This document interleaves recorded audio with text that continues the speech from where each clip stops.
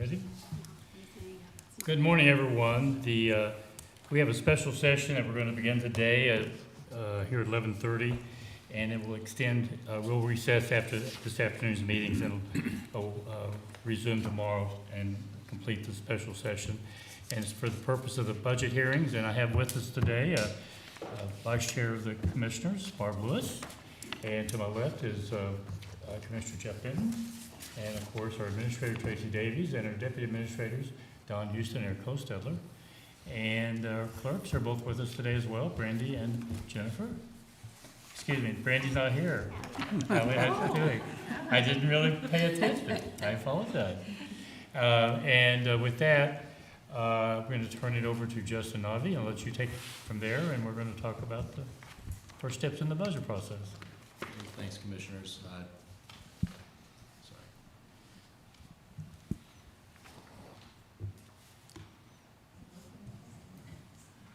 Can I hear the mic? I don't hear anything. Just speak up here then. There we go. Maybe It's working out. you're probably going to get it real close. Remember, closer. Sorry about that. Good morning, Commissioners. Justin Navi, Director of Finance. I'm Karen First, Fiscal Manager.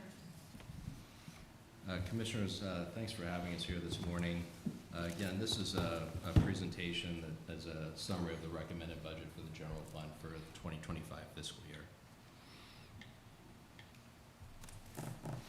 For the presentation this morning, I have general areas of focus that we'll be discussing, goals and objectives, the factors that generally influence the budget, and then a review of revenue estimates both historically and for the future, and then a breakdown of all the appropriations for the general fund for next year.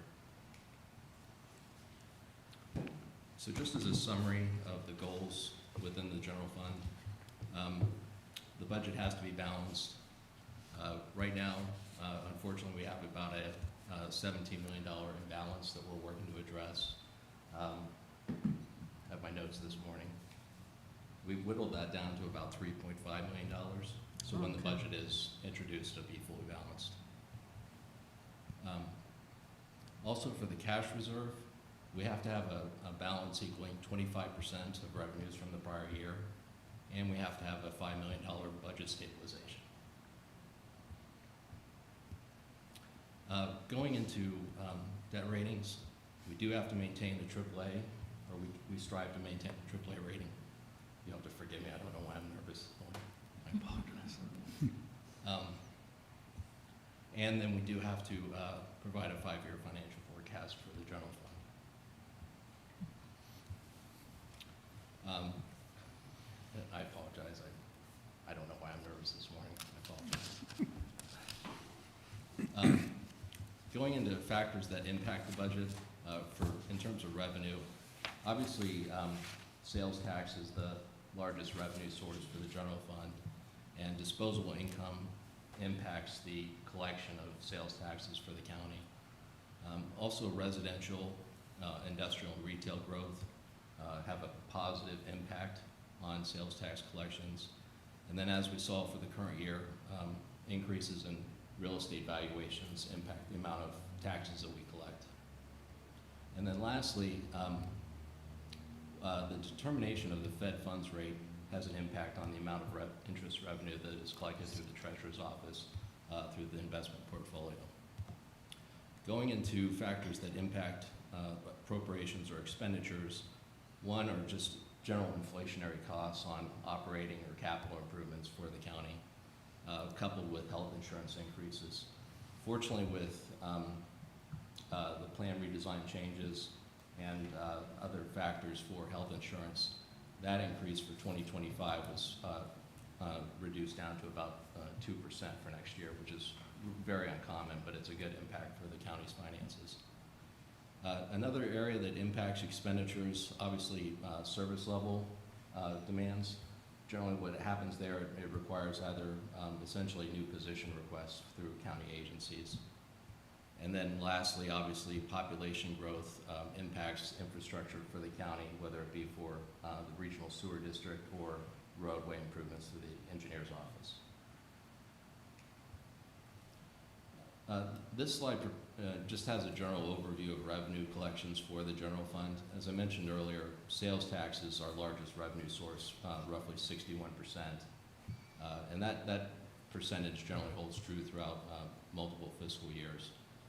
One thing I will say for sales tax estimates for next year, the $91 million is very close to what we anticipate collecting for 2024.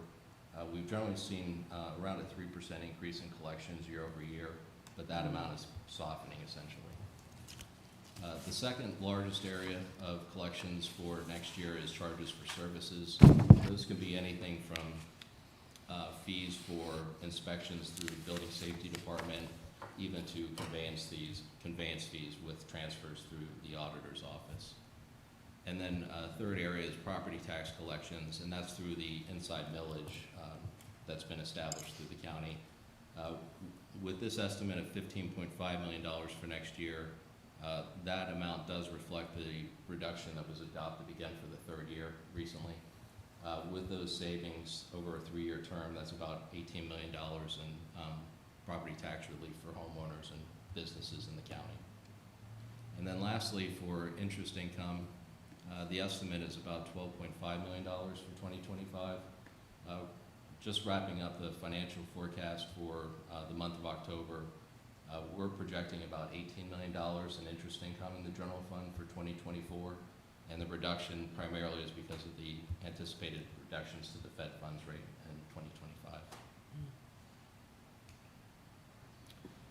The next chart is just a summary of historical sales tax trends from 2022 through 2025. You have to forgive me, the chart, it's a little hard to see some of the numbers, but over the last 3 years, we've gone from, I believe, $87 million all the way up to $91 million over the last 3 fiscal years. So we've seen some growth.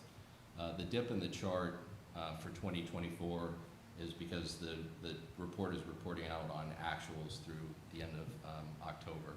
So that does not reflect the full projection for 2024. So you didn't estimate rest of the year, you just... This is just raw data from the budgeting system. So if I were to input the estimate for 2024, it'd be around $91 million. Right now, that dip is reflecting actual collections through the end of October. The next chart is on real estate collections. And you can see the trough going into 2023. That's attributed to the reduction in the millage that was adopted in August of 2022. So collections in prior years were hovering around $15 million. And then with that reduction in the millage into 2023, collections went down around the $11 million range. And the increase going into 2024 is essentially maintaining the same tax rate, but because of the reappraisal through the auditor's office, it essentially increased collections because property values went up. Traditionally with voted tax levies, regardless of the valuation of a property, the amount of tax is relatively stable. With inside millage, if property values increase, the amount of monies we collect increases as well. And the reverse holds true. If property values go down, we would collect less money on this revenue source.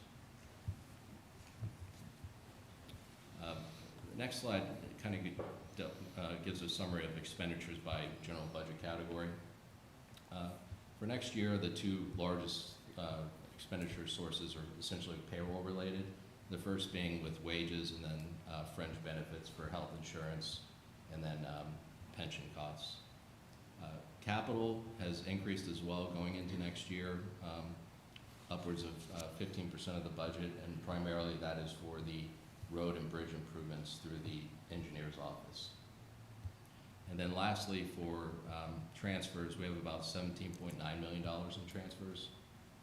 That consists of debt service payments, transfers to other internal service funds like the data center, or transfers to some of our capital improvement funds. And then lastly, I always like to show the breakdown of the budget in terms of spending by function. And normally this holds true across local agencies, local government entities.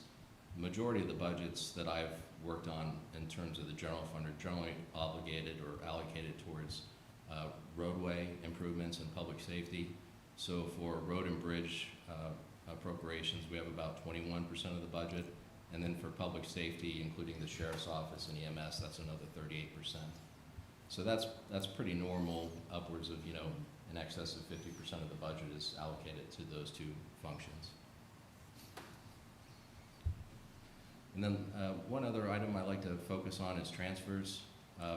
If you look going back to 2022, we had large transfers out primarily for the Bixby project, the Bixby campus improvements. And then going into 2024, those transfers declined as we completed that project.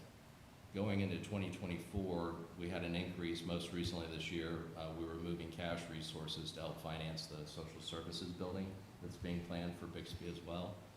And then in future years, it's kind of moving downward as we complete a lot of these large facility projects.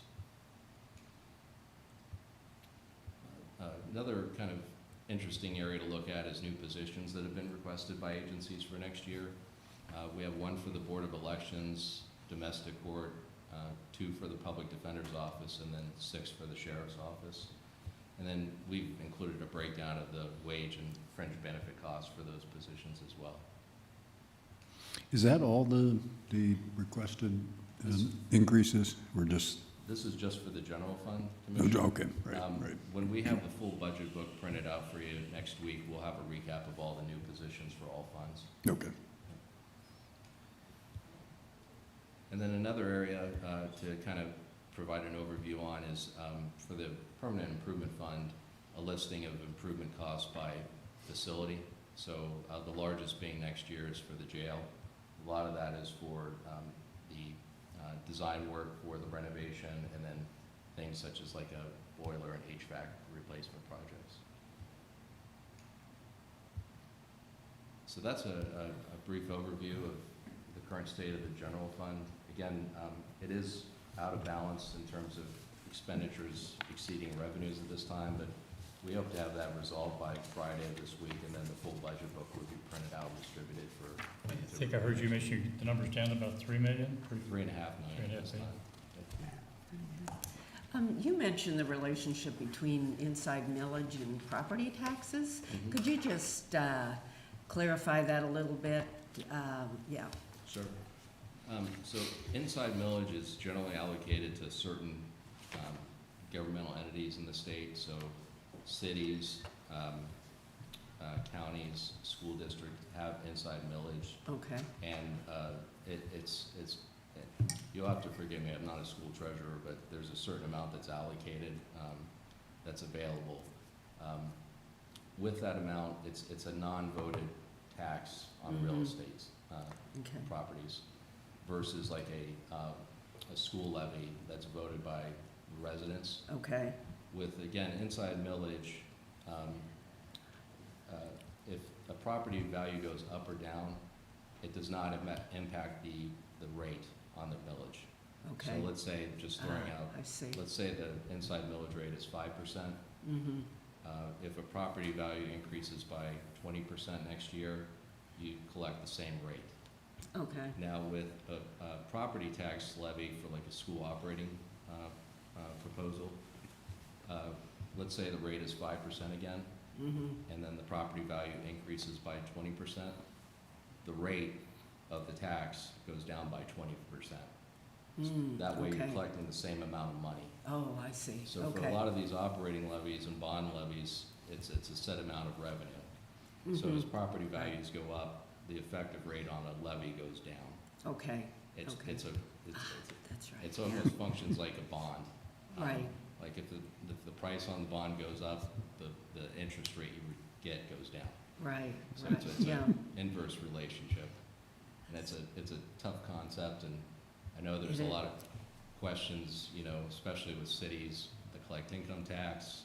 There's a lot of confusion out there as to, differences Right, between right. these types of levies and inside millage. I remember with Genoa Township too, it's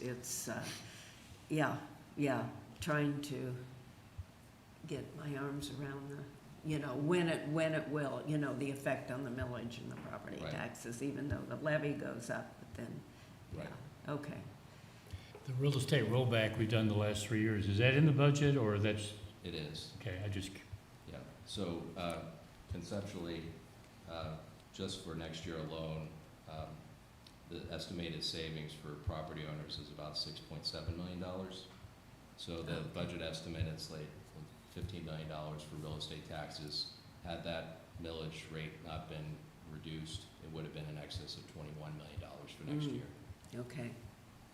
And I can, if you recall on that chart I was showing, property tax collections back in 2022 were 15 million, and then the rate was reduced, and they went down to 11 million. Mm-hmm. The board maintained the same rate, but it went back up to 15 million because property tax, or Then- property valuations went up. Went up, okay. So we had the Right. same tax rate, but the valuations went up, and that's why we saw revenue increase. Okay. Yeah, I assume you don't want to try to explain the 20 mil floor and how that affects property tax. Sorry. Yeah, no, I wouldn't watch it. I had a couple other questions. As I understand it, the budget as proposed currently does not include any new debt. It does not. Well, I will say there were some bond issues issued in September for ditch projects. Right, So those are in the budget for the debt service funds for those ditch projects, but that's not general fund related. right, And right. then we did do an estimate, if you recall, 2 years ago, Regional Sewer executed a loan through the Water Development Authority. Once that project is done next year, we'll have to start making debt service payments back to the state. So we have a estimate in there for those payments. Okay. So those are the only two new debt service streams for next year, but they're not general fund related. And no new general fund debt No. issued for next year? No. Planned, anyway, at this point? Correct, and I kind of pointed, I might have skipped over it in one of the earlier slides, but the intent is to always pay for projects with cash whenever possible, especially out of the general fund. Yep. So avoiding debt, and the way I look at it, you know, if it's something potentially like a large economic development that would have a huge impact on the community, maybe that's something the board would consider, but otherwise, we would just pay with cash. And that's what we've been doing for Bixby and what we'll be doing for the social services building. Right. What interest rate do you have in the budget right now for the investments, for the short-term funds? I have it going down by about 20%. So right now, the Fed funds rate is about 5%, and then I'm estimating it'll go down, potentially down to 3% by the end of 2025. Okay, That's based on some long-range forecasts I was looking at, probably in the third quarter, you know, August of this year. yeah, So I know there's a potential Fed funds reduction again coming up next month. right, yeah. I think, looks like it'll be another quarter at the next meeting, and then another quarter at the following meeting, and then gradually next year, but it's very hard to predict, obviously. And I understand you're working on a 5-year projection as well? I am, the current draft of the budget and the budget book has an update to the 5-year forecast. So once we correct this budget imbalance, that will be on one of the front pages of the budget Okay. book for everyone to look at. Yeah, I think it's important that we look longer than just next year, obviously. For right now, we're focusing on next year, but important to see the trends in the out years. Yeah, the biggest item outside of, you know, wage and fringe benefits is capital improvement allocations. So that's probably the biggest impact on the 5-year budget from what I'm looking at. Yeah. I think that's about all I have at this point. Appreciate the effort. I know it's not a finished product yet, but appreciate it. I know we've significantly closed the gap. Right. I know you work with the George Kaiso on the sales tax revenue, and we have seen some weakness over the last 2-3 months. Would you consider that a conservative estimate for sales tax next year, or? I do. All things being equal, I haven't read any forecasts of a recession oncoming. It just seems like, you know, generally prices are high for households and they have less disposable income. And I think that's the issue between gas, which doesn't have sales tax, and food, which generally doesn't have sales tax. It does leave a lot of discretionary income. Yeah. And I think the public is being affected by that, so. Right. but- Yeah, to Commissioner Merrill's point, that is an important consideration. I mean, our sales tax revenue, surprisingly, it's been so steadily growing, for years, and now it's leveled off, and it's not growing in the last few months. And, is that going to continue into '25, or pick up again? No, obviously nobody knows, but I would support certainly a conservative budget. Sure. I will say, I look at, I've always said Polaris and Tanger Outlet areas are kind of like destination shopping areas, especially like if my family and I go to IKEA, a lot of the plates are out of county. So it's nice to see that those are destination areas. And again, I think, like we just mentioned, it's just prices on everyday household items are just eating into what people can spend out of their own pockets. Right. No- Without wages keeping up. Right. But none of us can predict next year as far as the sales tax is. Your guess is probably as good as Commissioner Benton or mine or Commissioner Lewis's, but I think the point is we need to assume a little conservatism until the numbers prove strong. I hope it's leveled off. I hope we don't see anything below, and I don't think we will, but just gotta be careful. Right. So, thank you. So I appreciate the overview, though, very well presented, Thank you. Now I'm looking forward to Karen's presentation.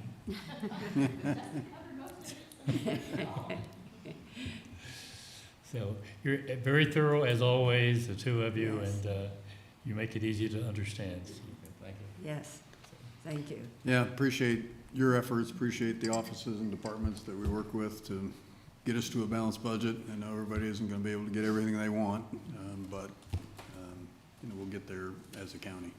So appreciate everything. Thank you. Thank you very much. Are we ready to move forward on facilities, or do we need to wait till 12? John's out there. No, I We think- can move forward, we can get John. Yeah, he's right, yeah, there he is. Thank you.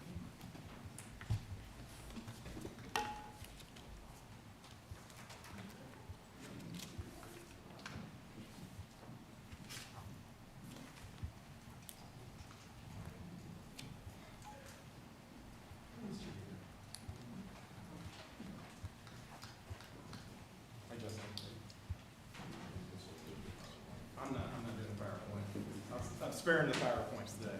I do have handouts.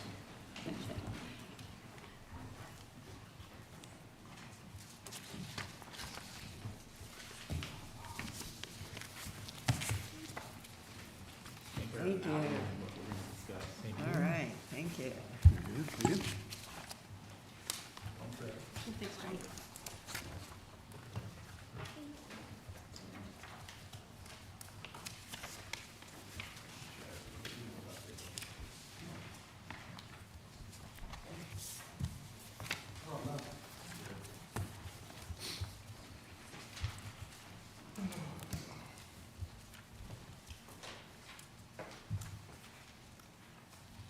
John, why don't you introduce yourself and begin?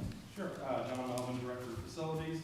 Also have with me today in the audience Chad Alshire, my Facility Supervisor, and Steve Bollinger, our Maintenance Supervisor. So now I didn't do a PowerPoint, I just wanted to go over some talking points here based on the facilities management budget and highlight, where we're at, some projects and stuff. To start with the budget request here for lands and buildings. Our biggest impact, there is an increase this year, or for next year, and the biggest increase is based on utility costs. I know Justin's been updating you on the current state of our electrical contracts, and, the pass-through increase we're gonna see for capacity charges for next year. So I'm budgeting about $240,000 increase for electric for next year, just based on those increases. The other increase we're seeing is we carry a lot of maintenance contracts for all the different systems throughout the buildings, fire suppression, fire alarms, backflows, elevators, everything, HVAC systems. We would have to have a lot of. We carry a maintenance agreement. We do a lot of the day-to-day and monthly services in-house. The general preventive maintenance, but we still have to maintain the maintenance fee for all those. And with bringing on Bixby, we're at the end of the one-year warranty, so we have more of those coming online that we'll get maintenance agreements for. So that's another larger increase in that lands and buildings budget request. So we have no new positions budgeted or planned for next year. We're actually at full staff in both the custodial and maintenance side. We will have one retirement in January. Our painter, Larry Dallas, has put in, he's signed the paper, he's retiring January 31st. So that's gonna be a tough position with his talent to fill as a painter. Boy, is he good. Yeah, so, not looking forward to trying to fill that position. but Was that expected or surprised? It's expected, yeah, so. Yeah. For the county garage, the service center, the biggest impact on that budget is fuel prices.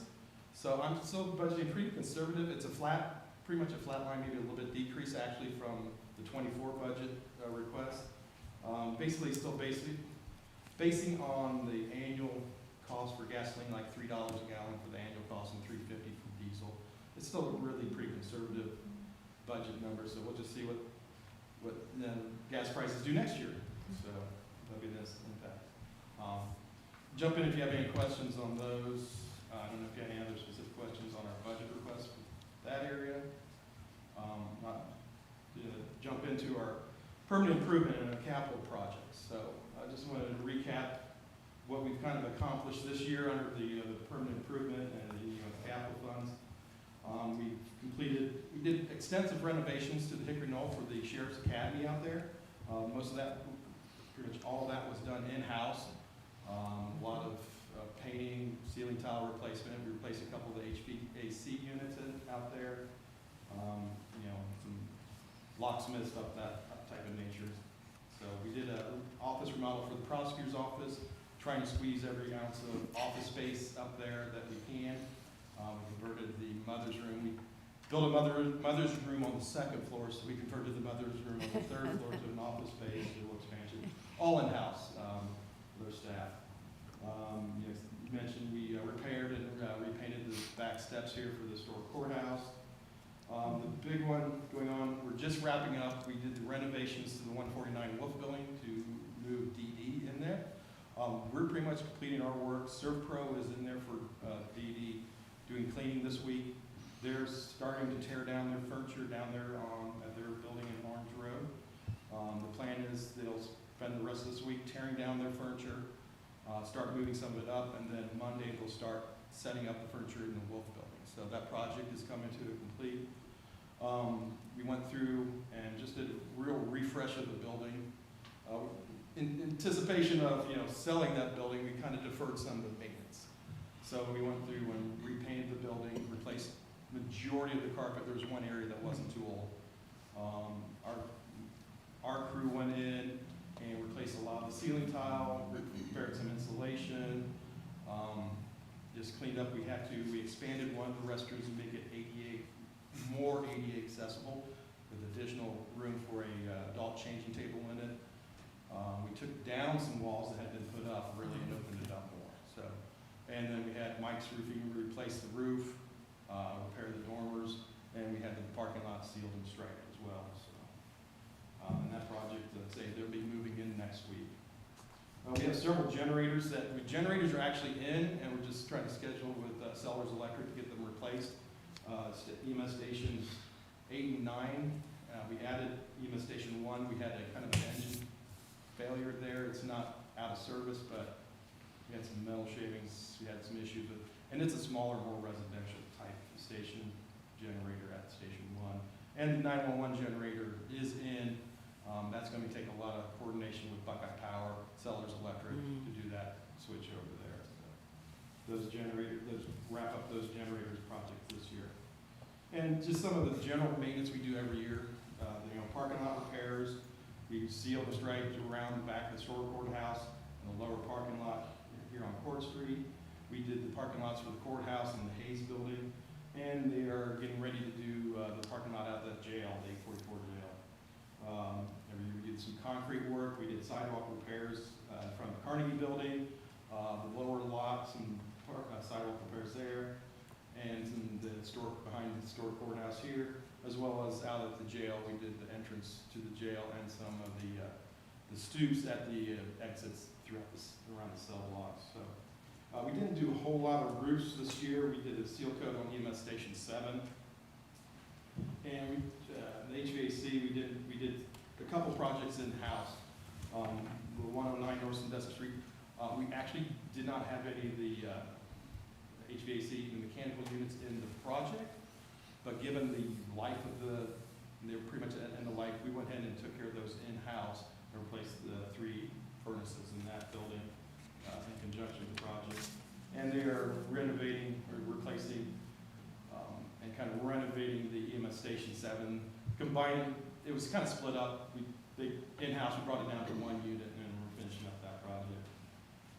And also flooring, carpet, and tile. We didn't do a whole lot this year yet. The Willis building is part of the lease up there. We replaced the DMV and driver's exam area. So that's kind of the highlight of the projects we did this year and wrapping up this year. So next page is the project requests we submit for every year for the permanent improvement projects, the larger projects throughout.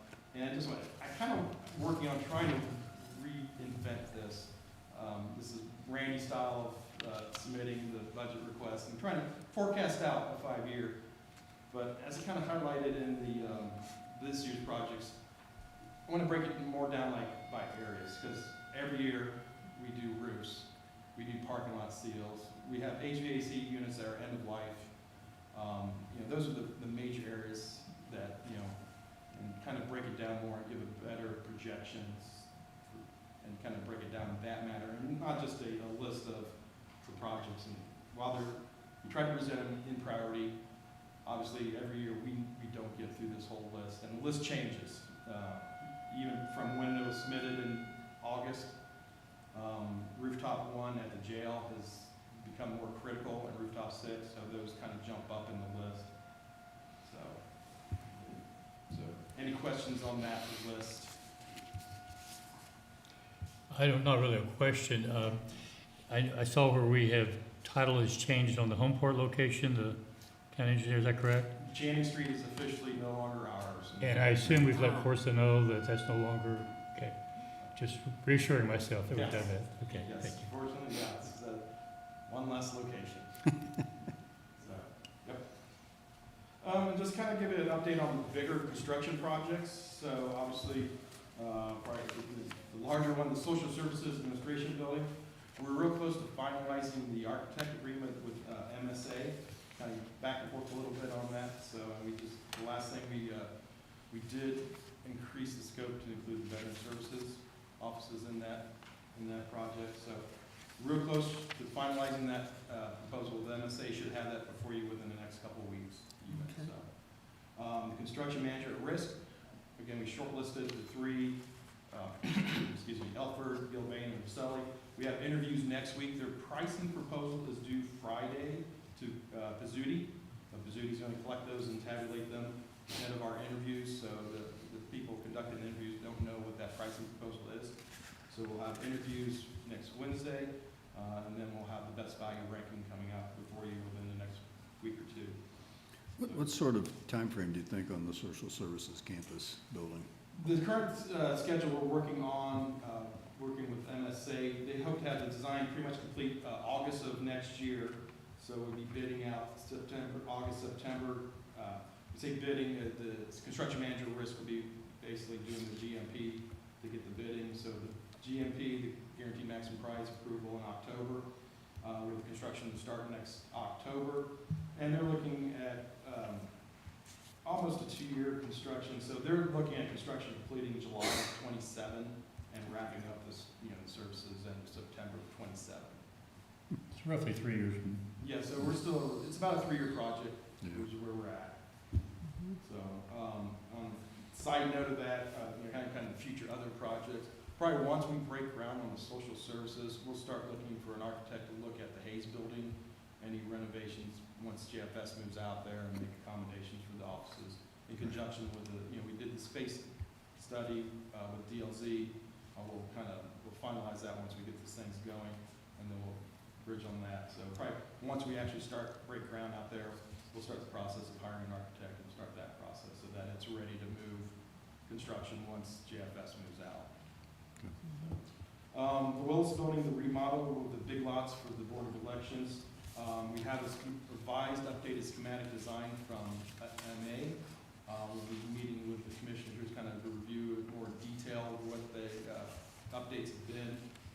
So a big thing with that project is it's going to have to be done in multiple stages for two-factor. One, they're currently using the big lot space for the warehouse, so we'll have to move the warehouse back into their existing space. So we'll renovate that big lot space first, then they can move all the warehouse functions over, empty out, then do the office remodel, but, renovate the warehouse and maybe a little bit lighter remodel in their existing office. So be done with phases and also have to do it around any elections. So they can still conduct the early votes and everything going on there. So it's going to be done in multiple stages, which is naturally is going to add cost to the overall project. So When did you say that is gonna start, as far as?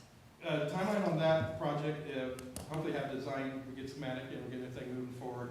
Schematic, the design process should be done in May. Okay, next oh, I year. see it right here. Bidding June, July, and then it'll be more general contractor bid. Okay. So start in August, probably take at least a year to complete that project. Again, kind of, Okay, we'll have to work out the phases and stuff too. Kind of right sure, into it. okay, I see it, yeah, you have it right So here. that's where that project lies.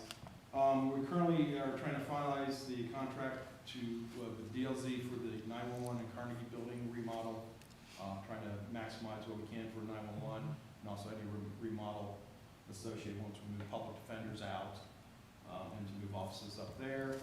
I just also want to note with that too, I'm going to have DLZ look at the mechanical systems of that building because a lot of them are coming to the end of the life cycle. We replaced the cooling towers 2 years ago, but some of the air handlers, and specifically we're having some issues in the data center. We lose, those Libra units are kind of at end of life, and we're having some issues. If we lose one, it starts to heat up quicker than it should. So as part of that project, we'll also look at the mechanicals of that building as well. The Public Defender's Office, the 109, is about wrapping up. 2K is probably a couple weeks out. They're finishing. The flooring's going in now. Doors and hardware are in and they're getting installed. The metal railing is supposed to be in, I think, next week for the exterior of all the railings. So they will be wrapping up in probably the next 2 to 3 weeks. And then I still don't have a ship date on the furniture. I think there's a 6 to 8 week lead time for the furniture. So we're still, probably furniture, hopefully mid-December. Now, the state pays their portion of this remodel, is that Yes, correct? we, Is that- working with Justin, he's been submitting, Does that include furniture or just the construction? Yeah. Does it? yeah, we'll submit it all, we'll submit everything we can to the state for reimbursement. So, excuse me. Other contract, or actually other project, the jail renovations. We've contracted with DLZ, working with the jail staff out there. They just had a kickoff meeting to start looking at that projects or, projects and phases. So that'll be just kicking off. No timeline, no, nothing established that for that project, any projects that would come out of that. So that's a real quick rundown of where we're at on the capital projects. Happy to answer any questions. Commissioners, any questions? I thought you were very thorough. Yeah, pretty well and, laid out. Very much appreciate that. Would Steve or Chad like to add anything? Any? He did a great job, He did, right? Yeah. Okay. Yeah. Thank you, guys. Thank Thanks, you. guys. Thank you for Thank you. everyone's effort. Buildings are in good shape, well maintained, so we really Trying to keep appreciate it that. that way. Yes, Yep. Yeah. It's still an ongoing thing. Oh, yeah, it's always something, it's but a moving target. doing a nice job. And maybe jump back, maybe one additional comment on the service center and their budget. It is really nice out of Bixby. It's one advantage working with the engineer's office out there side by side. There's been occasions where the engineer's office has been able to work on some of the regional sewer district trucks. It had some availability to do that work, and they can then bill back to the sewer district as reimbursable expenses. So, it is nice thing is, everything's working out pretty well out there at Bixby. Great, great, gosh, thank Thank you you very much. Yep. Well, our next meeting is scheduled for 12:30, and I don't see the engineer's office here, so if there's no objection, we'll recess till 12:30.